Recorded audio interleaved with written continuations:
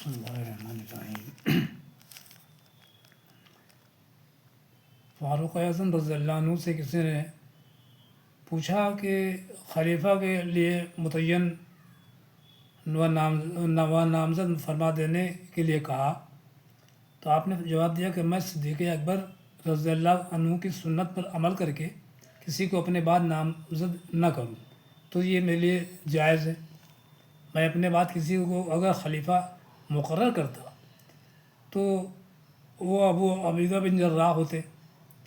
ابو ابو عبیدہ بن جراح ہوتے جو مجھ سے اپنے پہلے فوت ہو گئے، جو مجھ سے پہلے انتقال کر گئے، یا پھر میں ابو حذیفہ کے غلام سالم رضی اللہ عنہ کو خلیفہ بناتا، وہ بھی مجھ سے پہلے فوت ہو گئے۔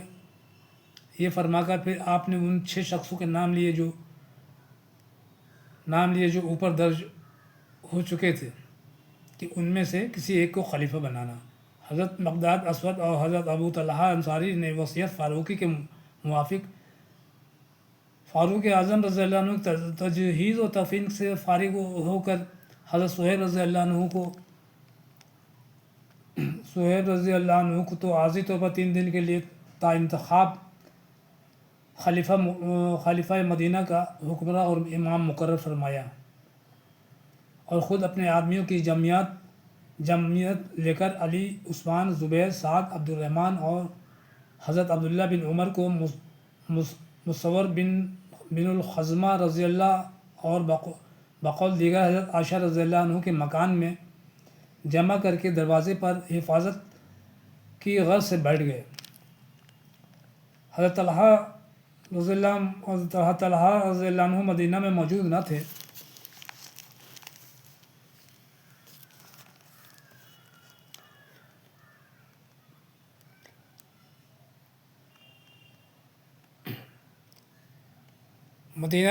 نہ تھے۔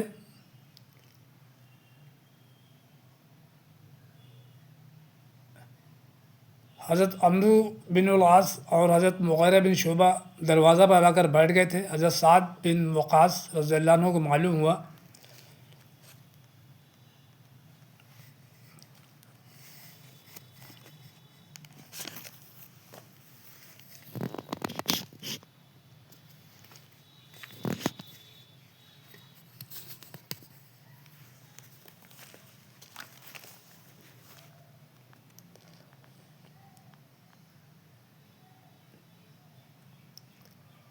حضرت سعد بن وقاص رضی اللہ عنہ کو معلوم ہوا تو انہوں نے ان دونوں کو دروازے پر بیٹھنے نہ دیا۔ جب سب صحابہ اطمینان سے آ کر بیٹھ گئے تو سب سے اول حضرت عبد الرحمن بن عوف رضی اللہ عنہ نے کھڑے ہو کر کہا کہ جو لوگ خلافت کے لیے نامزد کیے گئے ہیں ان میں سے کون ایسا ہے جو اپنے آپ کو خلافت سے دستبردار قرار دیتا ہے، اسی کو یہ اختیار دیا جائے گا کہ وہ جس کو تم میں سب سے افضل و لائق سمجھے اس کو خلیفہ مقرر کرے۔ اس بات کو سن کر اس مختصر مجمع میں کسی نے جواب نہ دیا، سب خاموش رہے۔ تھوڑی دیر انتظار کرنے کے بعد حضرت عبد الرحمن بن عوف رضی اللہ عنہ نے پھر اعلان کیا کہ میں اپنے آپ کو خلافت سے دستبردار قرار دیتا ہوں اور انتخاب خلیفہ کے کام کو انجام دینے پر تیار ہوں۔ یہ سن کر سب نے تائید کی اور حضرت عبد الرحمن بن عوف کو اختیار دیا کہ آپ جس کو چاہیں ہمیں خلیفہ منتخب کر دیں، مگر حضرت علی رضی اللہ عنہ بن ابی طالب بالکل خاموش رہے۔ انہوں نے ہاں یا نہ میں کچھ بھی جواب نہیں دیا۔ تب حضرت عبد الرحمن بن عوف رضی اللہ عنہ حضرت علی کی طرف مخاطب ہو گئے، کہا کہ آپ نے کچھ نہیں فرمایا، تب آپ اپنی بھی رائے کا اظہار کیجیے۔ حضرت علی رضی اللہ عنہ نے کہا کہ میں بھی اس رائے سے متفق ہوں، لیکن شرط یہ ہے کہ تم پہلے یہ اقرار کر لو کہ جو فیصلہ کرو گے بلا رعایت اور نفسانیت کو دخل دیے بغیر محض حق پرستی اور امت کی خیر خواہی کے لیے کرو گے۔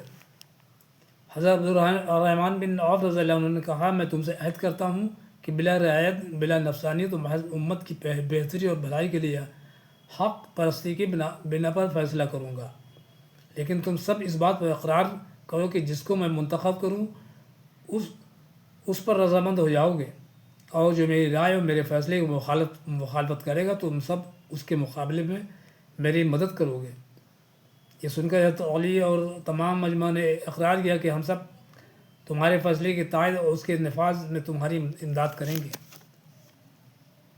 یہ عہد و پیمان پر ہو جانے کے بعد مجمع منتشر ہو گیا اور لوگ اپنے اپنے گھروں کو چلے آئے، کیونکہ ابھی 3 دن کی مہلت باقی تھی۔ اس دن کے عرصے میں حضرت عبدالرحمن بن عوف برابر صاحب الرائے اور جلیل القدر صحابہ کرام سے ان کی رائے اور دریافت فرماتے رہے، خود بھی غور و خوض میں مصروف رہے۔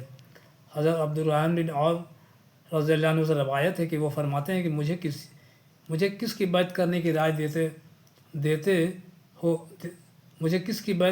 رائے دیتے ہیں؟ انہوں نے کہا آپ کو حضرت علی کے ہاتھ پر بیعت کرنی چاہیے۔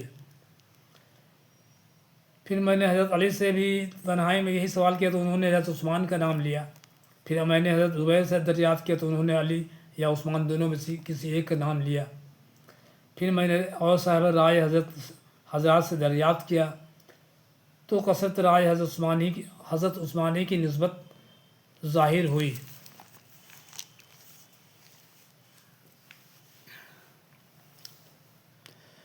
سہروزہ 3 روز کی مہلت کی آخری رات کو پھر مذکورہ بالا حضرات کا مجمع اسی مذکورہ مکان میں ہوا۔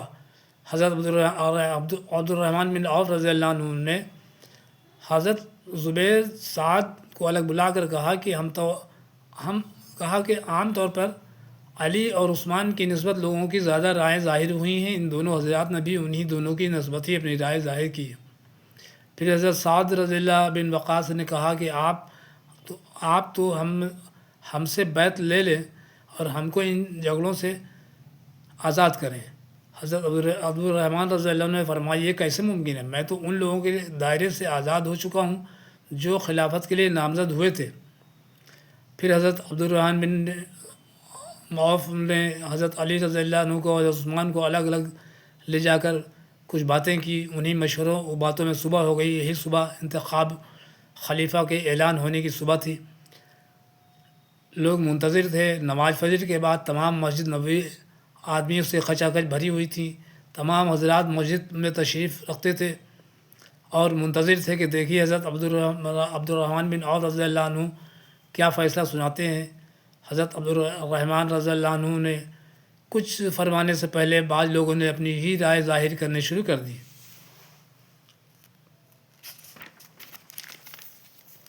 یہ لوگ اصحاب شورا میں سے نہ تھے۔ مثلاً حضرت عمار نے کہا میں حضرت علی کو مستحق خلیفہ سمجھتا ہوں۔ ابن ابی سرح رضی اللہ عنہ اور عبداللہ بن ابی ربیہ نے کہا کہ ہم حضرت عثمان کو یا زیادہ مستحق مناسب پاتے ہیں۔ اسی قسم کی چہبگوئیاں شروع ہو گئیں تو حضرت سعد بن ابی وقاص نے حضرت عبدالرحمن بن عوف سے کہا کہ اب دیر مت کیجیے، اندیشہ ہے کہ مسلمانوں میں کوئی فتنہ پیدا ہو جائے، آپ جلدی اپنی رائے کا اظہار کر کے اس مسئلے کو ختم کر دیجیے۔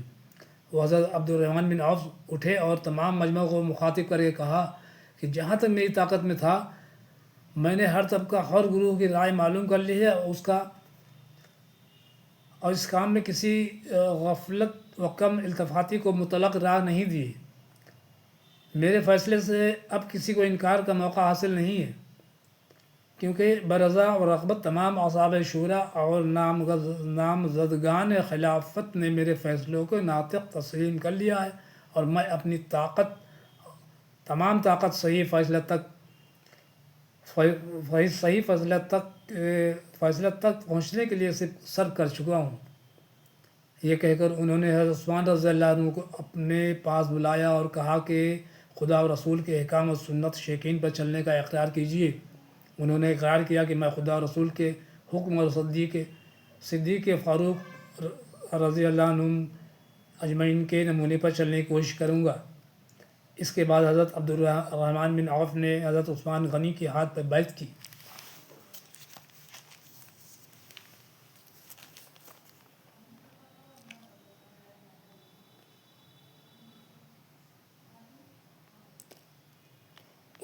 ان کے بعد سب لوگوں نے حضرت عثمان رضی اللہ عنہ کے ہاتھ پر بیعت کرنے لگے۔ حضرت غنی حضرت حضرت علی رضی اللہ عنہ کرم اللہ حضرت علی کرم اللہ وجہہ کو اول اس نظارے سے کچھ دل کرفتگی ہوئی اور مسجد سے اٹھ کر باہر جانے لگے، لیکن پھر کچھ خیال کیا تو فوراً بڑی عجلت جلدی اور بےتابی کے ساتھ صفوں کو چیرتے ہوئے بڑھے اور حضرت عثمان رضی اللہ عنہ کے ہاتھ پر بیعت کی۔ حضرت طلحہ اس روز یعنی یکم محرم کو مدینہ میں موجود نہ تھے اور اسی لیے وہ شریک مشورہ نہ ہو سکے تھے۔ حضرت طلحہ اگلے روز یعنی 2 محرم 24 ہجری کو مدینہ میں تشریف لائے اور یہ سن کر تمام لوگوں نے بلا اتفاق حضرت عثمان غنی رضی اللہ عنہ کے ہاتھ پر بیعت کر لی ہے۔ حضرت عثمان کی خدمت میں بغرض بیعت حاضر ہوئے۔ حضرت عثمان رضی اللہ عنہ نے ان سے کہا کہ آپ کی غیر موجودگی میں میرا انتخاب ہو گیا ہے اور زیادہ دنوں آپ کا انتظار نہیں کر سکتا تھا۔ اگر آپ مدعی خلافت ہو تو میں آپ کے حق میں خلافت چھوڑنے کو تیار ہوں۔ حضرت طلحہ نے کہا کہ جب تمام لوگوں نے آپ کی خلافت میں بیعت کر لی ہے تو میں بھی آپ کی خلافت پر رضامند ہوں۔ میں مسلمانوں میں کوئی فتنہ اور اختلاف ڈالنا نہیں چاہتا۔ یہ کہہ کر انہوں نے بھی حضرت عثمان غنی رضی اللہ عنہ کے ہاتھ پر بیعت کر لی۔